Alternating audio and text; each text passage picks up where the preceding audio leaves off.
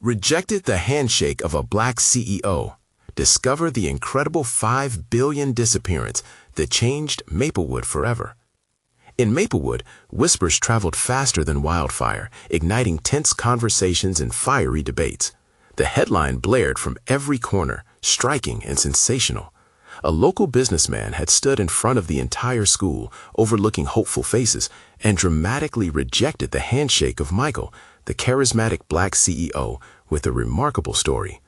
The moment lingered as if the air itself had been sucked out of the gymnasium, leaving a gasp that held the weight of generations of prejudice. But Sarah, a resilient single mother, would soon learn that this was just the beginning. At 35, Sarah spent her days elbow-deep in grease, fixing cars, and dreaming of a better life for her 10-year-old son, Timmy. Their tiny garage, a place imbued with the scent of oil and old memories, was more than a business. It was a beacon of hard work and family. As Timmy fiddled with toy cars under the counter, Sarah fought to ensure he never doubted his worth in a world that sometimes felt unforgiving. When the announcement of a prestigious scholarship backed by a $5 billion investment from Michael reached her ears, Sarah's heart leaped. The dream of an education that could lift them from their struggles danced in the air like seeds waiting for fertile soil. Yet when the assembly unfolded, the atmosphere shattered. Mr. Thompson's stiff refusal of Michael's hand struck like a thunderclap. The silence hung heavy, exposing the rifts hidden beneath the town's quaint facade. Sarah's stomach churned. She watched the dread wash over Timmy's face as he processed this moment, an indelible mark showing that their aspirations might be tethered to a legacy of fear. She felt her own biases echo inside her, clashing against the hope she'd built brick by brick for her child. Would Timmy's chance at a brighter future be buried under layers of hatred? As news of that moment spread, townsfolk buzzed with heated debates. The clash of merit versus background ignited a firestorm that made the garage feel like a cage. Sarah stood against walls of indignation, grappling with the uncomfortable truths about neighbors she thought she knew. She continued nurturing Timmy, teaching him to choose compassion. But the reality of isolation crept in, with whispers dripping like poison from those who believed supporting Michael was a betrayal of their community's legacy. Beneath the surface, frustrations boiled. Sarah decided it was time to act. Night after night, she rallied the few open-minded families, urging them to unite for a pivotal town hall meeting. Timmy watched, eyes wide, as their small family faced a storm brewing on their doorstep. The stakes were unprecedented. Could they change their town, or would they be swept back into shadows of misunderstanding? With voices rising and hearts beating as one, the town gathered. Sarah's heart raced.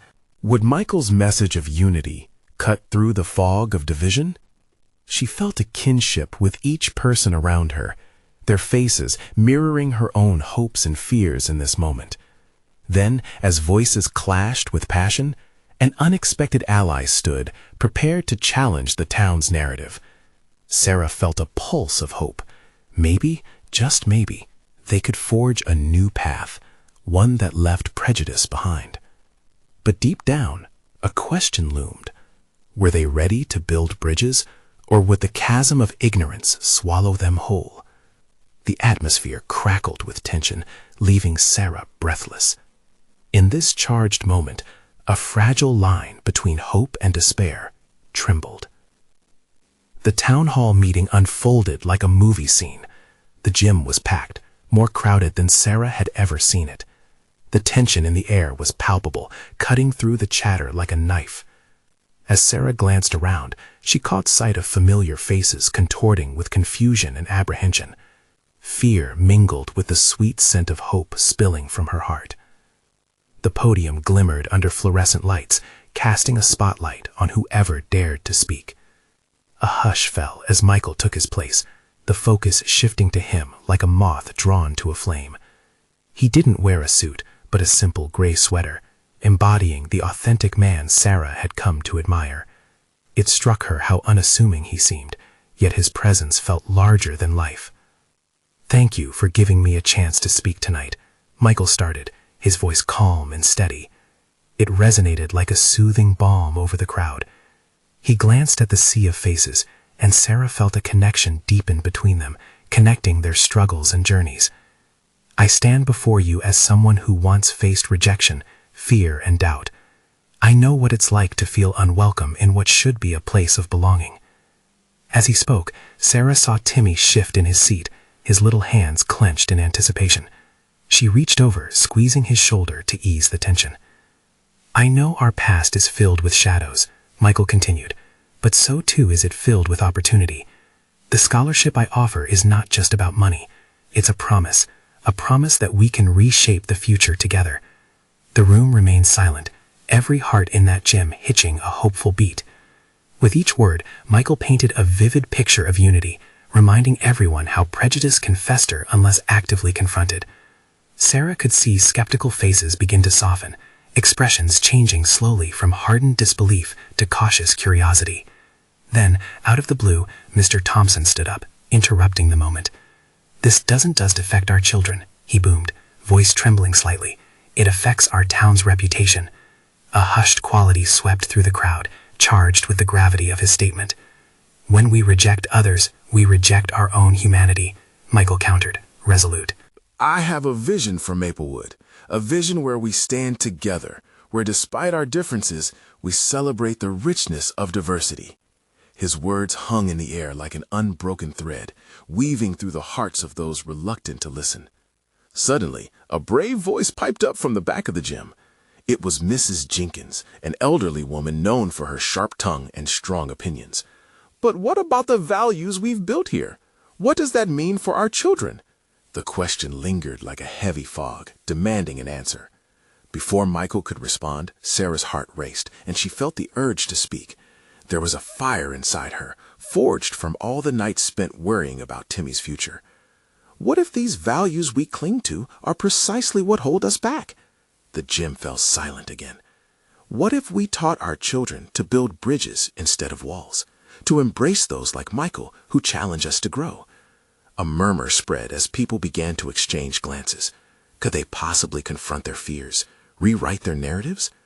The question floated in the air as a flicker of hope ignited in the hollow spaces of their hearts. Were they ready? With her voice trembling but growing stronger, Sarah pressed on. "This isn't just about us anymore. It's about our children's future. Will we let them learn the lessons of love or hate?" As uncertainty wove through the crowd, a palpable shift began. Sarah could feel it, bodies leaning forward, hearts starting to open. But just then, the lights flickered ominously, sending a wave of unease through the room. What did this mean for the progress they were making? With the stakes rising, the tension twisted tighter. Would the flickering lights extinguish their hope, or illuminate a path forward? The tension crackled in the air as the lights flickered again, a disorienting strobe that made Sarah's heart race. She could feel the collective anxiety ripple through the crowd, a community at a crossroads, standing teetering on the edge of transformation or despair. The gym was alive with uncertainty, whispers dancing in the shadows of doubt. Michael paused, his brow furrowing as he scanned the anxious faces. There was a spark in his eye, a recognition that they were on the brink of something significant, and he needed to capitalize on that flicker of hope. "I understand change isn't easy," he said slowly, letting his words settle. "But what is the alternative? Staying silent out of fear?" Sarah's pulse quickened. She could see it in the way people were leaning in, drawn to Michael's spirit. Deep down, part of her worried that the oscillating light symbolized something darker, perhaps a warning that not everyone was ready to step into the light. Yet she clung to belief and courage, fostering an ember of resolve. Mrs. Jenkins, usually fiery and opinionated, sat back down, her expression contemplative. The tension tightened like a noose. One wrong move could snap it, but one compelling word could ignite it. Sarah knew they had a chance here. "Let's remember," Michael continued, "diversity is not just a word, it's the fabric of who we are. It is the music that plays when our varied voices come together." His hands moved animatedly, illustrating his passion. "It is those different notes that create harmony. We can choose to sing together or let the silence fall." Almost everyone, including Timmy, was nodding along, hanging on his every word. The fear that had tied Sarah up was beginning to loosen its grip. Could it be? Were they finally ready to hear? But just as hope bubbled up, an angry voice pierced through the crowd. It was Mr. Thompson again, his face reddening. "And what do you know about our values, Michael? You're an outsider. You don't understand the history of Maplewood." Sarah tensed, feeling the room shift once more, the warmth dissipating into icy doubt.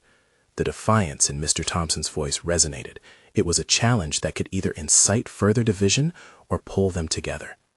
"My family had their struggles too," Michael replied, his voice steady but softened. "I may not have grown up here, but I want to build a future where children like Timmy can thrive without fear."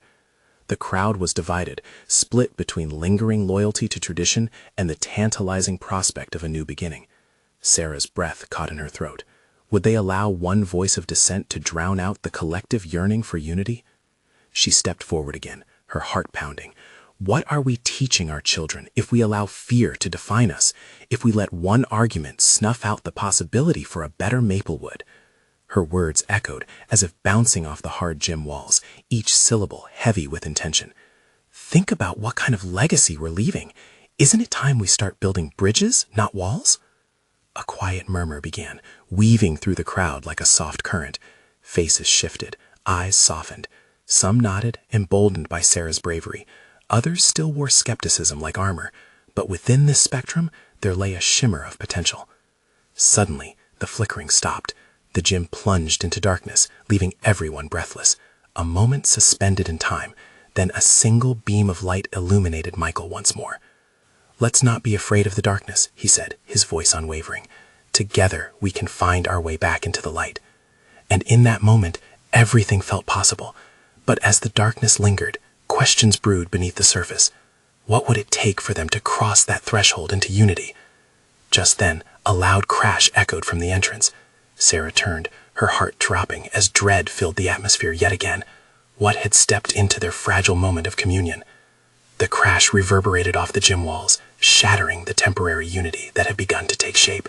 Sarah's instincts kicked in, and she whipped her head toward the entrance, trying to gauge the source of the disturbance. There, silhouetted against the dim light, stood a figure framed by the door. The shadows played tricks, almost giving the impression of a menacing presence. But as the brightness slowly returned, Sarah's fears transformed into something more complicated. It was Mrs. Caldwell, the school principal. Her face, usually calm and commanding, now wore an expression of sheer panic. A scatter of papers fluttered from her hands, swirling to the ground like fallen leaves in autumn. The room fell silent, every eye drawn to her, every ear attuned to whatever terrible news she had brought. "Everyone, please," she managed to say, her voice sharp but shaky. "There's been an incident outside." "What kind of incident?" asked Michael, stepping protectively towards the front. His assurance flickered in the air like the bulbs that had just restored their glow. "There's a crowd out there. They're protesting. I think they're here against our meeting." Mrs. Caldwell's words came tumbling out, a whirlwind of concern. "They're holding signs. Some of them are angry." The atmosphere shifted again, the warmth of hope dissipating under a cold shroud of fear. Sarah felt her heart pound like a drum, the anxiety of the moment hitting her like a wave. Protesting against what? The changes we're trying to make, she whispered to herself, her voice just a tremor. Michael faced Sarah, his eyes wide with resolve. "We can't let this define us. This is our community too." He turned back to the crowd, commanding their attention once more. "Let's find a way to open a dialogue. We can't let fear win, not now."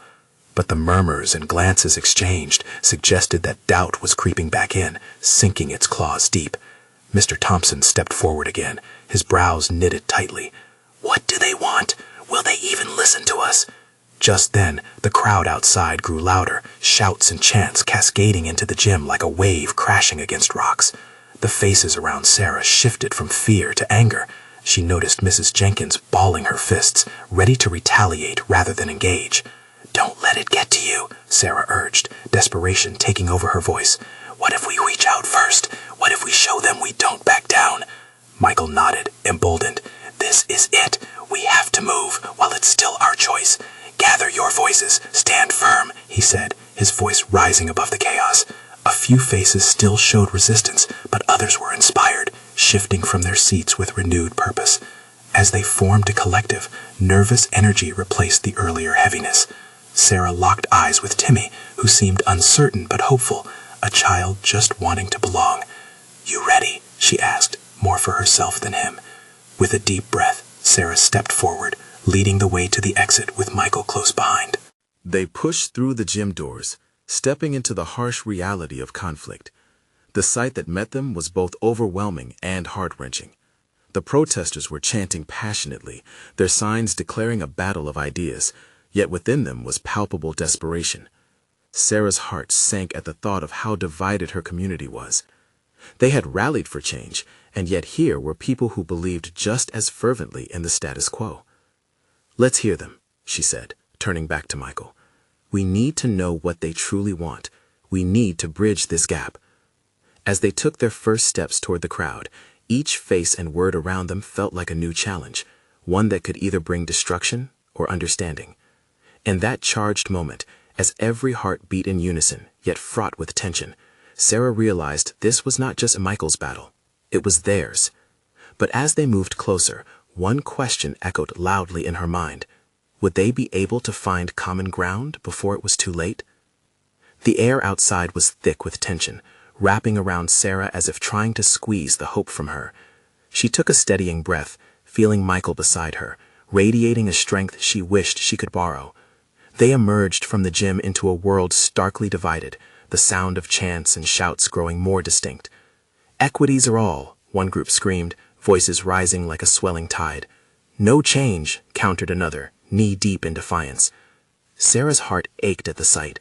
People she recognized mingled amongst unfamiliar faces, each person passionate, each face a flash of anger or worry. "Stay together," she urged the small team trailing behind them. Timmy clutched her hand, his uncertainty palpable. Michael turned to the crowd, raising his hand slightly, his demeanor calming. "Please, everyone, let's talk," he called, his voice deliberately level and inviting. The protesters halted, momentarily surprised by the presence of the students before them. "Talk? Talk doesn't change anything," shouted a woman at the front, shaking her sign aggressively. "How many promises have been broken?" Michael took a step forward, undeterred. "No promises, just a commitment to listen, to hear your concerns. We need to understand where we can find common ground." Watching him, Sarah felt a swell of admiration. Michael, so sure, seemed to project a light amidst the dark, yet doubt tugged at her heart. Would they refuse to engage, blinded by anger? "Look at this!" One protester picked up a worn banner that read, "Save our schools."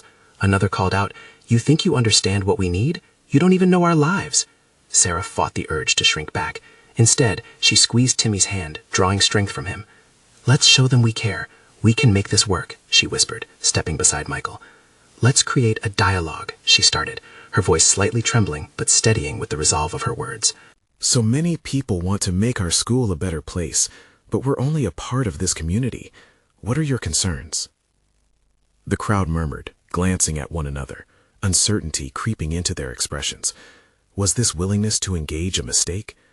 A man from the back shouted, "You don't live in our neighborhood. You don't know what we face." Pain slashed through the air like a whip. Sarah inhaled deeply, determination galvanizing her. "I may not, but I want to learn. We are all in this together, not apart. Let's hear what matters to you." There was a beat of silence, tension thick enough to cut.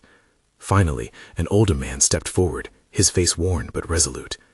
"It just feels like we're being pushed aside. Voices like ours are forgotten." Each word hung in the air, creating a bridge of acknowledgement. Sarah's heart raced, a mixture of hope and fear propelling her forward. "Then let's not forget. Let's talk about how we can all be heard. We're here to listen." As the conversation began to shift, she saw familiar faces in the crowd, expressions changing from anger to contemplation. Maybe this was the beginning of something new. Then suddenly, a loud crash echoed from the side of the crowd. A protester had tripped over a makeshift barricade, sending voices spiraling into chaos once more. Instantly, unity threatened to shatter again. "Stay calm," Michael urged, rushing to help the sprawled figure. The dynamic shifted abruptly. Anxiety returned as tempers flared. "Why do you think your words matter?" a woman accused loudly, eyes locking onto Sarah's. "What could a bunch of kids possibly understand?" Sarah's breath hitched.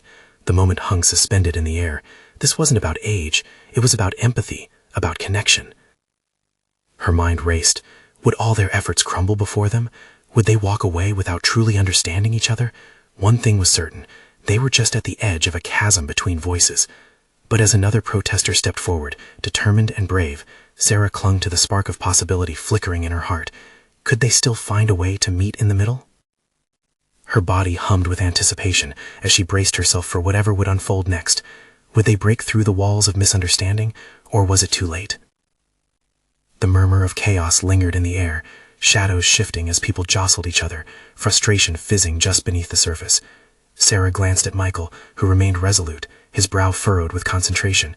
She felt a deep urgency to hold on to this fragile moment, a chance for connection, to find understanding despite the walls closing in.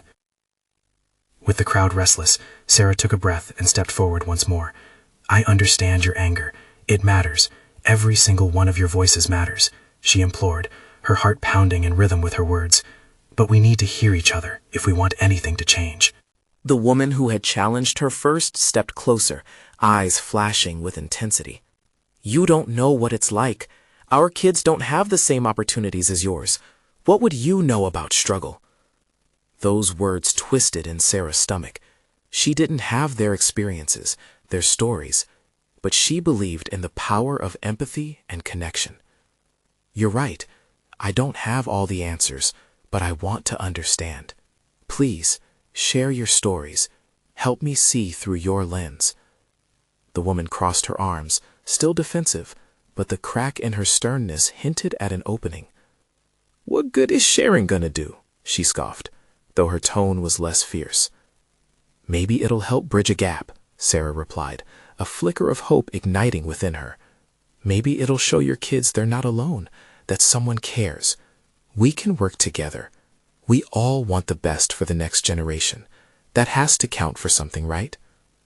Around her, whispers twisted through the crowd. Some nodded, a glimmer of curiosity breaking through the anger. The air grew slightly less tense, yet the unease remained a palpable weight. Timmy tugged at Sarah's hand, looking up with wide eyes. "Can they really trust you?" he asked softly, his innocence breaking her heart. She wanted to reassure him, but the truth felt heavier than her words. "I hope so," she replied, kneeling to meet his gaze. "But trust takes time." Michael stepped back into the conversation, seizing the shift. "Look, we're not here to parade over your struggles. We want to stand by you. Maybe it starts with just talking about what it's really like. So, let's share. What really matters to you?" A soft murmur began to ripple again, and Sarah caught a glimpse of the older man's face, the one who had spoken earlier. A deep breath escaped him, and he leaned in. "It's our schools," he said clearly, voice steadying. "We don't have what you take for granted. We can't get involved if we don't see any change." His words struck a chord, lighting embers of understanding in Sarah's chest. "Let's talk about those schools then. What can we do to help?" The crowd shifted, conversation blooming like flowers reaching for sunlight. Voices rose and fell, a tapestry of stories weaving together, threading pain and hope into a collective narrative. But just as the dialogue began to gain ground, a harsh whistle pierced through the air, slicing the newly formed connection. A group of counter-protesters approached, eyes glimmering with hostility and aggression. A chant erupted on their side, quickly drowning out the earnest voices around her. "Change isn't needed. Enough of your lies." Tension crackled as boundaries threatened to collapse. Sarah's heart dropped as she saw the anger surge, inviting chaos once more. Would everything they had built dissolve before it truly began? "Stay calm," she shouted, echoing Michael's earlier plea, but her voice faltered against the rising tide of confrontation. Had they come all this way only to face new obstacles? Would their voices be drowned out again? Or could this group find enough strength to stand united? As she glanced around, seeking assurance from her friends and from the crowd, Sarah realized the fragility of change was even more apparent than before. Would they have the courage to pull through once more? Her heart raced, caught between fear and determination as she prepared to face whatever storm was brewing ahead. The moment felt pivotal, and deep down she knew they had to choose, fight or take a step back. The stakes had never been higher, and the answer hung in the air. Would they unite against this new wave, or would they scatter in fear? The air held a thick charge as the counter-protesters marched closer. Sarah's heart thudded wildly, her eyes darting across the crowd, searching for that spark of unity amidst the chaos. She could see Michael standing firm, his fists clenched but his expression calm, channeling the energy around him into a force of resilience. "Everyone, listen!" Michael shouted, voice carrying over the chanting. "This is our moment. They want us to fight amongst ourselves, but we don't have to let that happen. We are here to listen, to understand, and to find common ground." For a moment, the crowd paused. A few people turned towards Michael, eyes wide with uncertainty. But that vulnerability was quickly replaced by the fire of determination. Sarah seized this opening. "We all want the same things," she added, stepping up next to Michael. "We want our children to have a future where they can thrive. Don't let their anger derail what we've started. Please, share your stories." The chant from the counter-protesters momentarily faltered, and from deep in the crowd, a voice rose up. "Our schools are crumbling. Our teachers quit because they don't feel supported. My kid is in a classroom where the books are older than I am." A murmur spread through the crowd as people began to share, voices rising and merging into a chorus of grievances and hopes. The tone was raw, the narratives personal and aching, but there was beauty in the vulnerability. Sarah could feel the momentum shift, hope thread through their collective hearts. Yet just as the conversation blossomed, a louder chant rose once more from the opposing group. "You don't belong here! This is not your fight!" Sarah clenched her fists, her jaw tightening. She wanted to scream back, to throw every ounce of their stories at the noise clamoring to drown them out. But as she glanced at Timmy, whose small hand was trembling in hers, she chose to channel that fire into compassion. "Let's show them what we're made of," she called out, rallying the crowd. "This fight belongs to all of us. We're not enemies, we're neighbors. We live here, side by side. And if we stand together, we can create the change we want to see." With those words, something shifted. Voices began to blend. Stories turned into a tapestry of shared hopes. The chants of the counter-protesters, while still jarring, felt distant, smaller somehow, against the rising tide of unity. But as they found their collective strength, Sarah spotted someone at the fringes of the crowd. An older woman, tears spilling down her cheeks, stood alone, clutching a sign that read, "I just want my grandkids to have a chance." In that moment, Sarah felt a visceral tug in her heart, a connection that transcended anger. Determined, she pushed through the throng of bodies until she reached the woman. "I see you," Sarah said softly, warmth glistening in her eyes. "You're not alone. Can you tell us about your grandkids?" It was like pulling a thread, and soon the woman's story unfolded, echoing through the crowd, breaking the tensions with its vulnerability. Others began stepping forward, sharing their fears and dreams. Yet the opposing group still streamed, and their anger crackled like a storm on the horizon. Sarah could feel the air shifting again, a ripple of anxiety. But this time, she was prepared. As voices raised in solidarity, she faced the noise head-on. "Every voice matters," she cried out, urgency unmistakable in her voice. "They can't drown us out if we fight for each other." But just as the tide of hope began to swell, a flash of movement caught her eye. A figure stood at the edge of the crowd, holding a bullhorn, ready to amplify the noise of division. Her heart sank. Would this be the breaking point? Or could they harness the growing unity to quiet the storm? As she locked eyes with Michael, both determined to keep the bridge they were building intact, the question loomed larger than ever. Could they truly withstand the storm brewing around them? Would their voices be strong enough to drown out the anger and hatred threatening to tear them apart? The figure at the edge of the crowd loomed larger, gripping the bullhorn like a lifeline. With a steady hand, he raised it to his lips, the sound that emitted sharp and piercing, cutting through the fragile reality Sarah was nurturing. "You think we want your pity? You have no idea what it takes to thrive in this city," he shouted, a sneer echoing in his voice. Sarah felt the air grow heavier, the palpable tension drenching her skin. For a moment, fear crawled up her spine, but then she saw Michael, steady and unwavering, his eyes fierce with conviction. He wasn't going to back down, and neither would she. "Listen," he bellowed, turning his back to the bullhorn. "We hear you, But we're not here to take your fight away. We're here to join it. We want the same future. Let's talk. The atmosphere was electric, a stark mix of hope and dread. People began shifting uneasily, unsure whose side to take. Sarah took a deep breath, her heart racing. "We're all human," she called, her voice rising above the fray. "We're not here to be enemies. We come from different walks, yes, but it's the same city we love. Let's share our solutions instead of our insults." In that moment, she saw flickers of understanding bloom on faces all around her. Even some voices within the opposing group softened, if only for an instant, creating a small chink in the armor of the loudest dissenters. Suddenly, a chain of hands began to stretch out, one after another, connecting strangers, a simple gesture of humanity. Sarah looked at Timmy beside her, who nodded with wide eyes, his small fingers reaching out to a girl nearby who was momentarily silenced by the beauty of the moment. But the man with the bullhorn wasn't finished. He wasn't going to let their united spirit creep into the collective consciousness.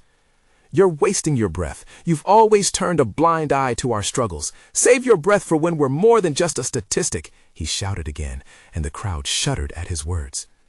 That was it. Sarah's heart ached. "No," she whispered as she stepped forward, drawing the attention of both groups. "You're wrong. I see you. We see you. The pain, the struggle, it's not lost on us. I've seen my own community falter. I've seen friends fail. But what if we stopped pointing fingers and started building bridges?" At the very back, a voice skeptically chimed in. "And what makes you think we can trust you?" The doubt rang clear, authoritative, yet trailing with a hint of hurt. "We can't just trust words," another chimed in. "We need action." Sarah could feel the heat of urgency seep into her spirit. "Then let's act. Let's start with listening. Let's make promises to work together, to fight for each other. We have to delve into our shared stories, confront the ignorance, and find real solutions. We, the very hearts of this city, can't tear each other apart." Slowly, murmurs grew in the crowd as this new energy swelled. The man with the bullhorn faltered, looking uncertain. But before anyone could jump forward, an unexpected blare erupted from sirens nearby.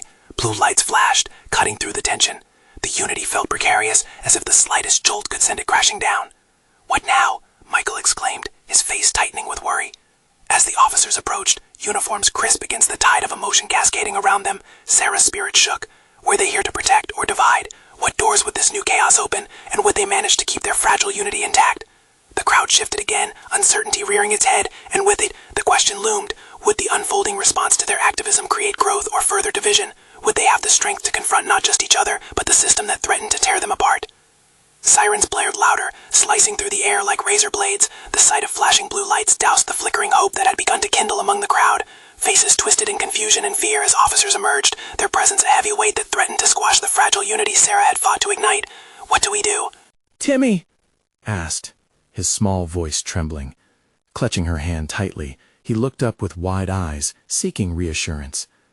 "Stay calm," Sarah whispered back, her heart thudding against her ribs. She wanted desperately to offer hope, but the reality was darkening. The officers approached, unyielding, their bodies rigid and alert. The man with the bullhorn, still visibly shaken from Sarah's plea, hesitated. "They don't need to see us like this," he barked, his voice shaky but determined. "We can't let them divide us now. Not here, not today." One of the officers stepped forward, a stern gaze sweeping the crowd. "You're all gathering here without a permit. We need you to disperse, now." His voice reverberated through the throng, and tension crackled like electricity. People started shifting, murmurs rising like a wave. Some took a step back, while others clenched their jaws and stood their ground. Sarah felt a divide grow, thin and crackling, like a tightrope above the abyss. "Can you hear us?" she shouted, her pulse quickening. "We're not a threat. We're here for change. Together." She felt Michael's reassuring presence, a beacon among the growing doubt. "Together," he echoed, pushing through the crowd toward the front line of officers. He raised his hands, palms outward. It was a desperate gesture, one spotlighted by fear, but fueled by hope. The officer's eyes narrowed. "You," he pointed a finger at Michael. "Back away. You're escalating tensions." "Escalating?" Michael's voice broke, a potent mix of disbelief and anguish. We're trying to stop the escalation. Can't you see we're all in this together? Sarah's heart ached as she watched the scene unfold. If they couldn't come together now, what future was left? She pushed forward, her breath shallow. Sir, she called to the officer, we just want to talk. Nobody is here to cause trouble. We're seeking solutions. A couple of people from the opposing group began to step forward as well, their expressions mirroring the tension in Sarah's chest. They were all standing at the precipice of an uncertain future. Let's prove them wrong, Sarah said, desperation in her voice. This moment is a chance. We can either cower in fear or stand as one. The officer shifted slightly. He looked around, as if questioning the orders he had been given. Some of his fellow officers maintained their stony expressions, while others hesitated, glancing at the crowd's faces that were filled with apprehension and yearning. And then, amidst the chaos, a soft voice broke through. It was the girl Timmy had reached out 2 moments before. If they're willing to listen, maybe we can try to show them we're not just statistics. A murmur rippled through the crowd. Hope flickered again, wavering but alive, ignited by the simplest of truths, the longing for genuine connection. What she said, another voice chimed in, emboldening others. Slowly, the crowd began to echo the sentiment. Listen. But just as the energy began to swell again, a higher-ranking officer stepped forward, barking orders to his subordinates, tightening the grip of authority once more. Enough, he commanded, cutting through the fragile moment. You need to disperse, or we will take action.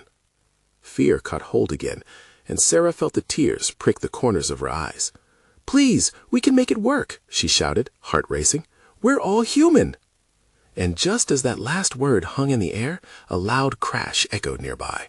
Everyone whipped around, suddenly aware of a new, impending threat. What was happening, and could they even survive this moment intact, let alone together? A decision hung above them, palpable and suffocating.